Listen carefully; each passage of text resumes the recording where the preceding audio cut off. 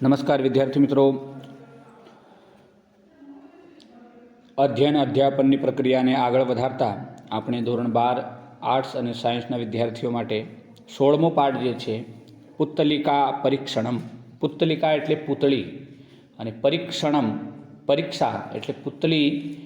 3 પૂતળીઓની જે પરીક્ષા કરવામાં આવી છે એનું વર્ણન આ પાઠમાં આપવામાં આવ્યું છે. જીવનની અંદર ઉપદેશોનું ખૂબ મહત્ત્વ હોય છે. ઉપદેશ એક એવો પરિબળ છે કે જેના દ્વારા મનુષ્ય પોતાના જીવનને પરિવર્તિત કરી શકે છે. મનુષ્યને ઉપદેશ પ્રાપ્ત કરવામાં 2 ઉપાયો છે. એક ઉપાય એ છે કે સાક્ષાત ઉપદેશ વચનો અને બીજો ઉપાય છે કથાનું માધ્યમ. કોઈક આપણી સામે વિદ્વાંસ બેઠો હોય અને એ આપણને ઉપદેશ આપતો હોય, આપણા ઘરની અંદર માતા પિતા આપણે સામે બેસીને ઉપદેશ આપતા હોય, એ પણ એક ઉપદેશ છે. અને કોઈક કથાના કોઈક પાઠના માધ્યમ દ્વારા આપણે કંઈક શીખીએ એ પણ ઉપદેશ છે. તે સામાન્ય જનમાનસમાં વધારે આદર ધરાવે છે. આ કારણે સંસ્કૃત સાહિત્યમાં કથાઓના માધ્યમથી માનવ જીવનને વિવિધ ઉપદેશ આપવાની પરંપરા ઘણી જૂની છે. આવી કથાઓ ક્યારેક કોઈક ઐતિહાસિક પાત્રોના આધારે તો ક્યારેક કોઈક કલ્પનાથી અસ્તિત્વમાં આવે છે અને પછી તે સાર્વજનિક બની જતી હોય છે. સમયાંતરે આવી કથાઓ ભોજ, કાલિદાસ, અકબર, બિરબલ જેવા પાત્રોના સંવાદ તરીકે પરિવર્તન પામતી રહીને નજીવા પરિવર્તન સાથે નવા રૂપો ધારણ કરીને સમાજમાં ફરતી રહે છે. અહીં આ પાઠની અંદર આવી જ એક સરળ પદાવલીમાં સંપાદિત કરીને એક વાર્તા, એક કથા મૂકવામાં આવી છે.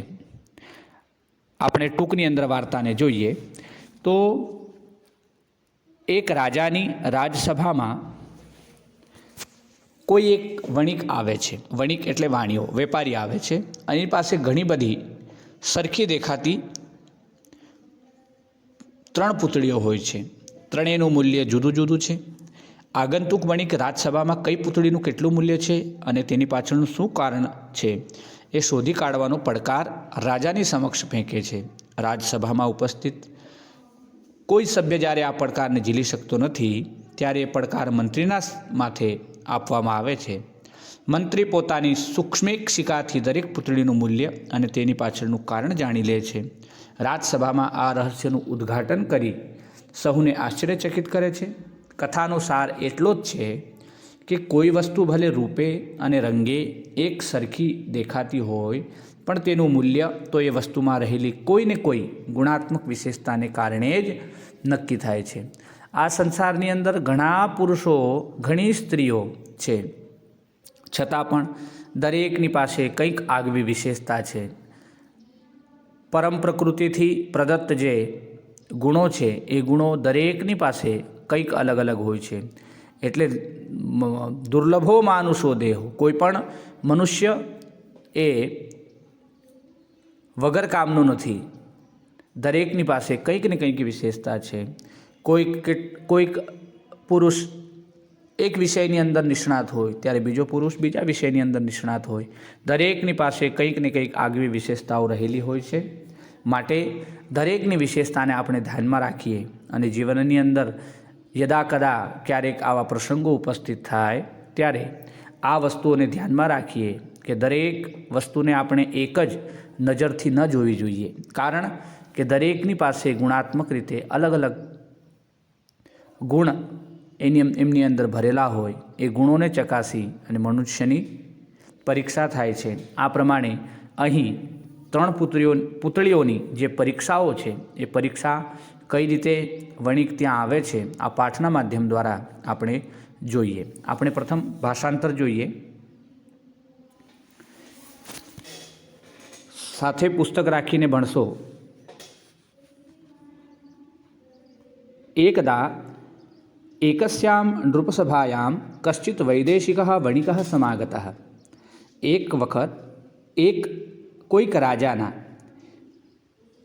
દરબારમાં કોઈક વૈદેશિક વણિક, વૈદેશિક એટલે બીજા દેશથી એ કોઈક વણિક એટલે વાણિયો વેપારી આવે છે, સમાગત એટલે આવે છે.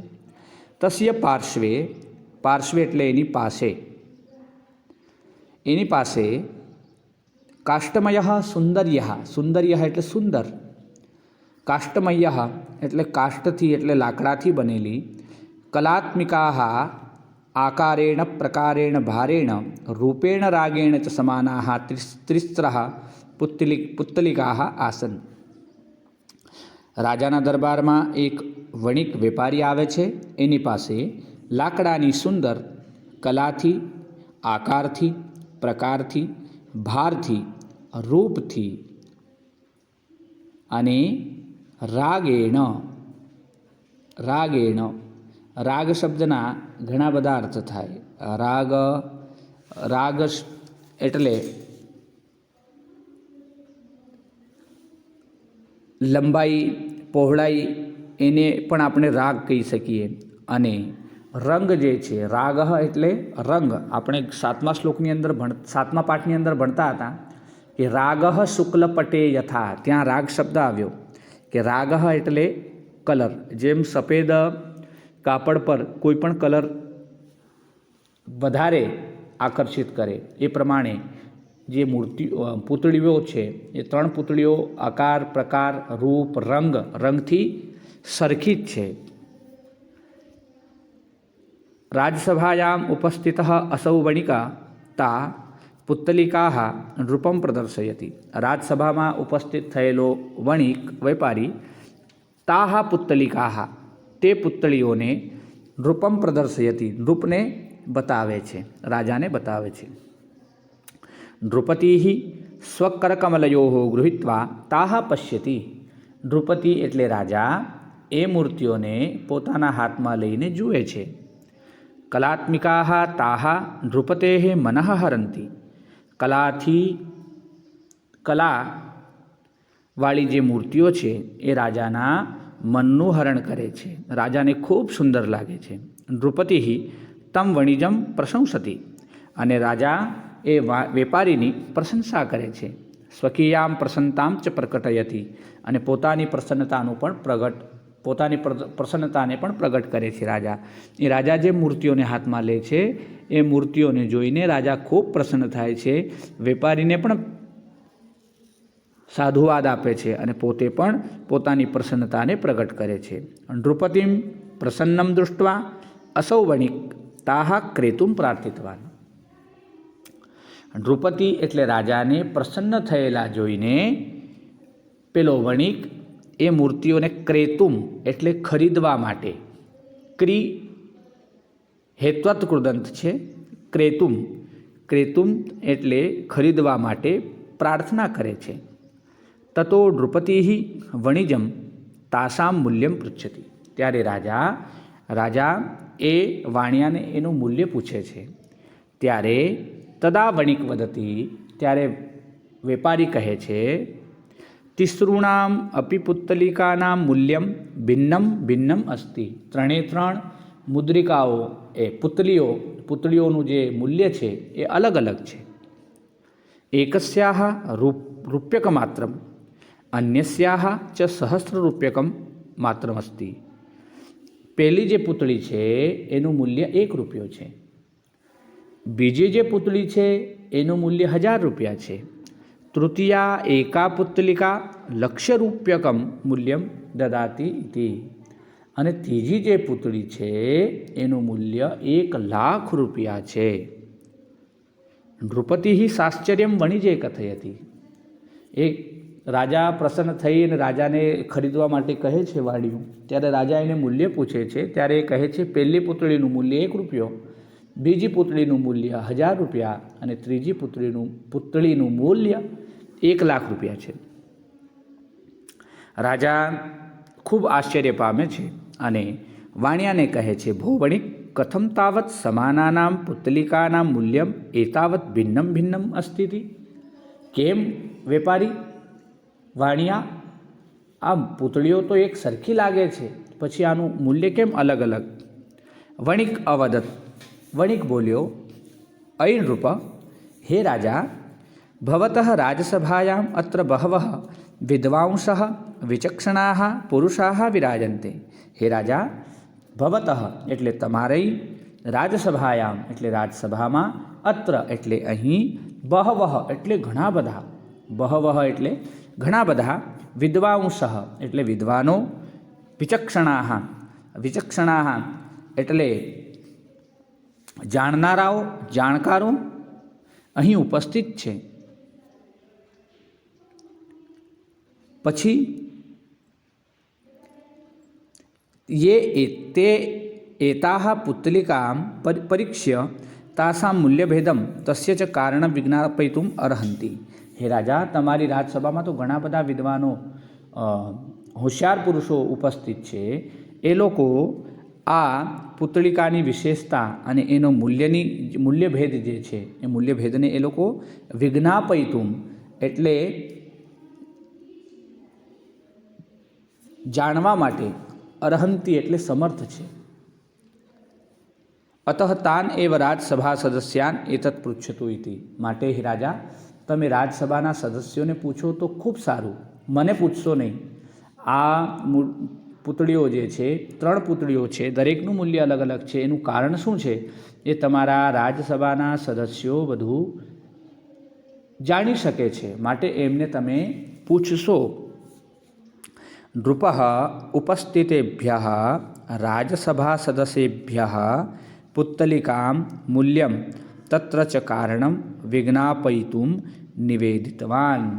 નૃપઃ એટલે રાજા, ઉપસ્થિતેભ્યઃ એટલે ઉપસ્થિત થયેલા રાજસભાના સદસ્યોને પુત્તલિકાનો મૂલ્ય અને એનું કારણ શું છે એ જાણવા માટે પ્રાર્થના કરે છે. નૃપસ્ય નિવેદનમ અનુસુરા. રાજાના નિવેદનનું અનુસરણ કરીને બહવો વિચક્ષણાઃ સમાગત્ય પુત્તલિકાનાં મૂલ્યભેદમ તત્ર ચ કારણમ જ્ઞાતુમ પ્રયત્નમ કૃતવંતઃ. ઘણા બધા વિચક્ષણ પુરુષોએ ત્યાં આવી અને પુતળીના મૂલ્યભેદનું કારણ જાણવા માટે પ્રયત્ન કર્યા. પરમ કોપી તત્ર સફલો ન અભવત.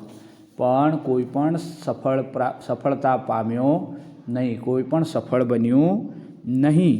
તતૌસો નૃપઃ તત્કાર્યમ મંત્રીને સમર્પિતવાન. પછી આ કાર્ય રાજાએ મંત્રીને સોંપ્યો. ચતુરઃ મંત્રી ઉત્થાય દિનત્રયાનંતરમ અહમ એતત વિજ્ઞાય. કોઈ પણ વિચક્ષણ પુરુષ, જાણકાર પુરુષ એ પુતળીના મૂલ્યને જાણી શક્યો નહીં, કારણ જાણી શક્યો નહીં. ત્યારે રાજાએ આ કાર્ય મંત્રીને સોંપ્યું. ચતુરઃ મંત્રી ઉત્થાય દિનત્રયાનંતરમ અહમ એતત વિજ્ઞાય ભવતે નિવેદયિષ્યામિ. અને મંત્રી બોલ્યો કે દિનત્રયાનંતરમ 3 દિવસ પછી તમને હું આ મૂર્તિના મૂલ્યભેદને, કારણને જણાવીશ. નિવેદયિષ્યે આ ભવિષ્યનું શબ્દ છે કે હું નિવેદન તમને આપીશ મારું 3 દિવસ પછી.